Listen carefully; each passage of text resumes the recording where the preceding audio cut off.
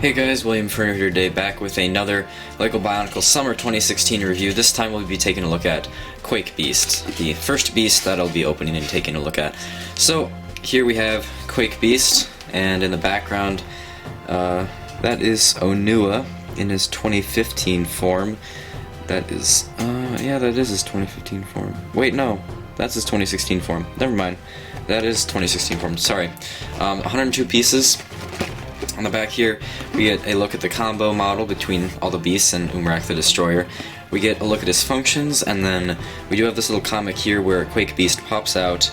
Then we see Quake Beast walking, Onua united with Tarak appears, and then they stand there, and then they go at it in battle.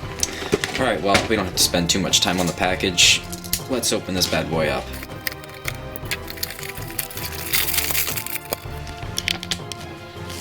Alright, well, we got two bags of parts, two of these sword pieces in the lime green with the silver hilt, and we have an instruction booklet. Let's just take a quick look at that. First, of course, we have the build,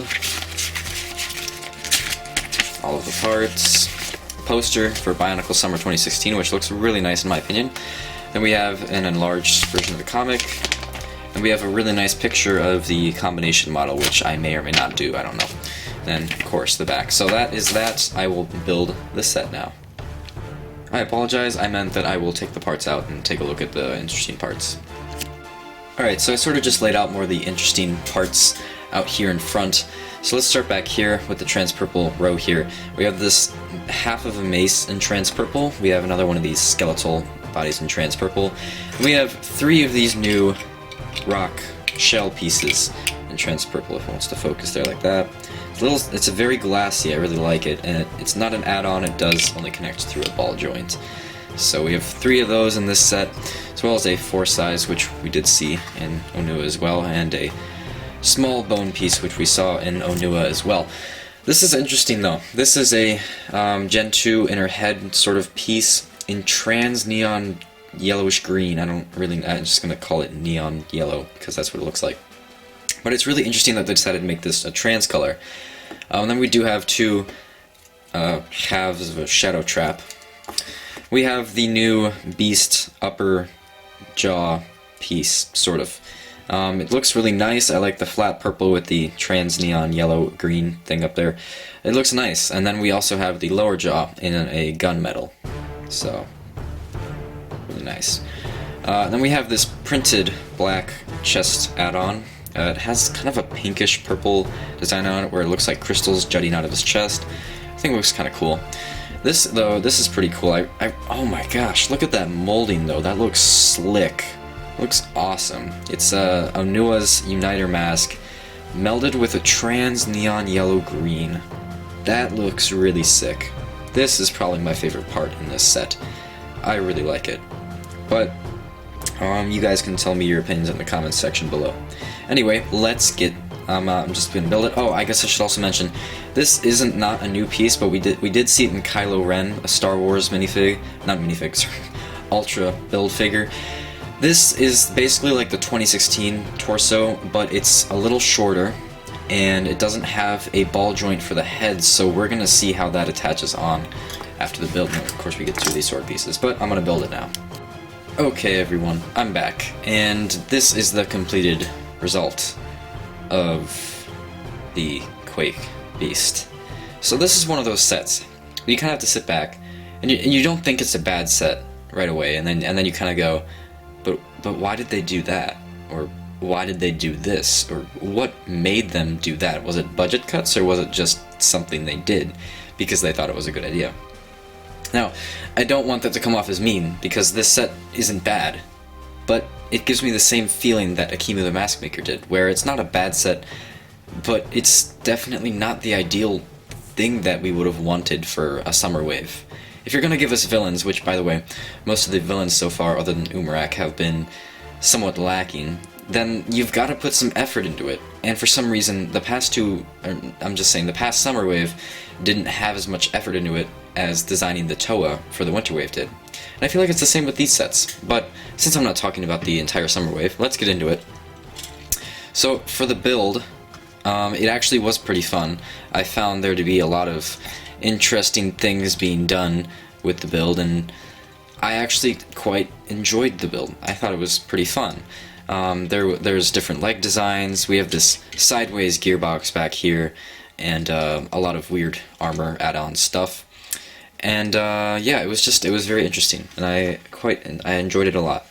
Functions. Oh, there's quite a lot, isn't there? Alright, so we do have this elongated eye stalk, so you can snap that, and this jaw will actually go up.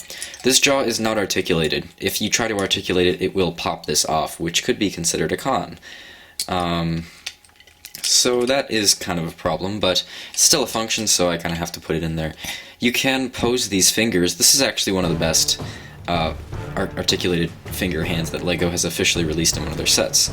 Then you have this little articulation right here with the shadow trap, how it can go in and out and open and close, and it can go back, and it can go more in front if I...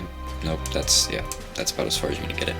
And then for articulation, you kind of have elbows, shoulders, you have same thing here, fingers there, you have heels, obviously, or ankles I should say, you have knees and hips, which are a little stiff right now since these are new friction joints which break off sometimes. And then on the back here, this is the weirdest function I've ever seen, but it's not a bad one. It's actually a good idea. Basically, you take this little knob here, you turn it, and the arm will go back like that, or forward like that, as if to bash, something like that. This piece right here runs into the head all the time, and I can move it by like doing that, and then it can kind of go like that. I actually think this is quite a good function. It's fun. At the same time, it's loose. There's no friction behind this function whatsoever. If I put it up here and go like that, and it looks quite weird when you put it all the way back like that. It looks like a giant mess of Technic parts. That's kind of funny, I have to admit. These swords are not articulated at all. They are axles stuck in axle holes. That is basically what those do. And then this does spin, if you want to spin that. And this also spins if you want to do that. And it can also go down like a hand. It kind of is his hand, basically, on this side. It's a little weird of a design choice. Basically, if you want the arm to stay upright, you gotta pose him upright. If you want the arm to flail around, you gotta go like that. And for some reason right now it's staying, because there is a little bit of friction in there. But if you flail it down like that, it will go, and it will look like a gigantic mess. I have not seen it like that. Oh my god, that looks like such a mess of just parts. Well, there you have it, folks. Quake Beast. No, I'm just kidding. That's the end of the functions part. As for colors, this color scheme is actually pretty good. You have black, trans dark purple, and you have trans neon yellow green. The only thing that would break it are the flat colors. Other than black, you do have this flat lime green and this flat purple. This flat purple actually kills the color scheme for me. It's really jarring compared to the rest of the purple, because this is a... I know that if you make this color trans, it will be this color, but this looks so bright compared to this, and it just doesn't really fit, and that is a problem I have. And also, oops, see, and these, if you try to move the head up, you gotta be careful not to touch the jaw, because it will do that. You also can't move the head up that, you can only move it up that much, and then you can move it down, which actually can go down pretty far. But this chest plate actually here has a pinkish color, and that does not fit with the color scheme at all, so you gotta wonder what they were thinking when they did that coloring. So yeah, the color scheme is evenly distributed, a little bit better than a Kimu. Doesn't have enough black on it, I don't think, but other than that, I actually like the color scheme more than a Kimu the Mask Maker, and I can respect the way they distribute it more, considering he's supposed to be an asymmetrical set. So I think it's alright, but I don't think it covers enough. This armor over here has two pinholes that you can easily see, so these armor pieces are not meant for long bone joint, or yeah, bone pieces. They are meant for shorter bone pieces, so for mockers, you don't want to use this piece on a long bone joint unless you try to make it look cooler in some other way, because it just doesn't look that great at all. Weapons-wise, he just basically has this mace, this half mace thing, and it spins and it does a lot of cool stuff, but not really, it doesn't do a lot of cool stuff at all.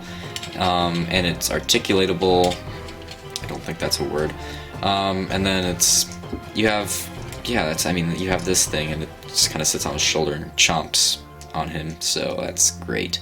You have this claw. You have these two swords, which don't do anything, they're just kind of there. The weapons aren't very useful in this set, so I wouldn't say the weapons are anything that great. Overall, this set is somewhat of a flop. It's not bad. It's better than Akimu, honestly, just because of the solidity of the set, but it has a lot of problems. I really think LEGO tried a few ambitious things, and it just didn't really work out. For example, these legs. Like, okay, I'm okay with asymmetricality, but this kills me. This spike here, and it's not there, that kills me. It really does. And the fact that there's no way to put armor, there actually is a way to put armor on, but it just wouldn't work. And there's so many red axles just sticking out, and it's just wrong. I don't like that leg design, and it kind of scares me that they use it on all of the beasts, I think. Anyway, I'm gonna just put the masks and switch them around so you can see. Okay, I know what you're thinking. What is this? Well, I'll tell you what happened. I lost all the parts that you don't see here. No, I'm just kidding. I'm using them for a mock right now, so some of the transferable joints are gone, so like, he has a hand, and that is it. So it looks weird. Just disregard that whole thing, and let's just see what the infected mask looks like on him. I'm gonna leave it up to you because it doesn't hurt. It conflicts with the color scheme like crazy. So like, yeah, I'm gonna leave this one up to you guys. You guys tell me what you think. But yeah, this is just basically. I'll zoom in there a little bit. It's kind of a close-up of it. So, yep, that's pretty much it. Overall, with this set, I can't say it impresses me too much. Neither this or Akimu the Mask Maker has impressed me at all. Really, it's all just kind of there, and I'm not really agreeing with everything LEGO's putting there. I really hope that Umrak the Destroyer impresses me because it's looking to be the biggest single figure of G2, and I'm really hoping that impresses me. Really hoping that there's something good about the other two beasts. Not saying that this set isn't good, but it doesn't impress me. It doesn't exceed my expectations for the Summer Wave at all, and I'm hoping that the other three sets can maybe shed some light on that. Maybe. Anyway, it has some nice parts in it for mocking, but at the same time, these rocky transpurple parts aren't really that great for mocking. They don't take up a lot of space, and they leave a lot showing. Honestly, I would only buy this set if you're a Bionicle collector. It just... yeah, it's a little weird. I would only buy it if you were a collector of sorts with Bionicle and construction and all of that. Anyway, that's all I gotta say. Next review will probably be in a few days just because I'm really busy with school and stuff. The next two reviews will be on Storm Beast and Lava Beast. So, with that said, see you guys later.